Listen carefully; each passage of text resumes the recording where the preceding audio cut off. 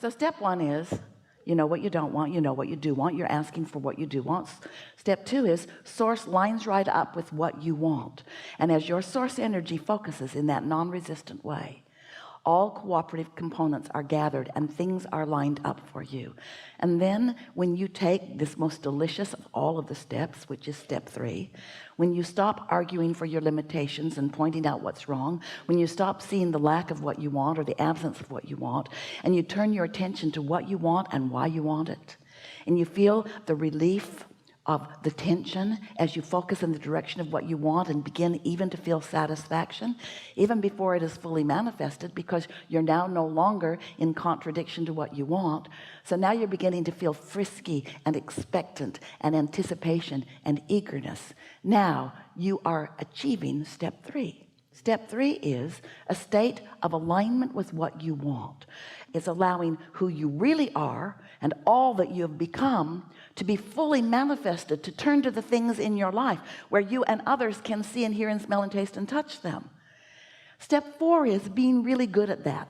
Some think that's funny, that step 4 is just being good at step 3, but we think it's worth acknowledging the mastery of allowing, the mastery of focus, the mastery of caring about how you feel and being willing to focus in a way that feels good, the mastery of acknowledging, the mastery of calibrating the vibration of your being to the vibration of the source within you. Whew, mastery of creation, mastery of letting in what I'm asking for, mastery of putting myself in a position in my human form where I can witness the becoming of what I've asked for. Ooh, it is so fun to witness it becoming. To witness it becoming. Humans, you mostly just want it to become so you can then focus on it having already become. But that isn't what you intended. When you came into this physical body, you knew you would always be in the state of becoming. So you didn't plan on it being the jerky experience that it sometimes is for you. You didn't plan on wanting it, withholding yourself from it, worrying about it, not letting it in, and then in a weak moment of forgetting what you're doing, focusing and letting it in, and then surprise, there it is for a minute.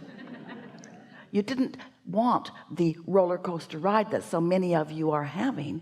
You knew that when you came into this physical body, you had the capability of focusing in the direction of what you want at all times as you're witnessing it in its various phases becoming. You knew that you would never get it done and that you couldn't get it wrong. And you knew that the reason you couldn't get it wrong is because you can't get it done. And you knew that anytime you're standing in the absence of something that you want, that it would catapult you into the vibrational existence of it, and that all you would have to do is focus in anticipation of it becoming, and that it would be. As humans, you've sort of trained yourself to emotionally respond to what you see, and that is the biggest thing that holds you in a place of unhappiness and of deprivation of who you really are and what you want, of all other things put together. It's that most of your vibrational offering comes from what you're observing, and what you're observing is old news. What you're observing is what you've allowed to turn to things, but there's a whole vibrational reality, we call that your vortex.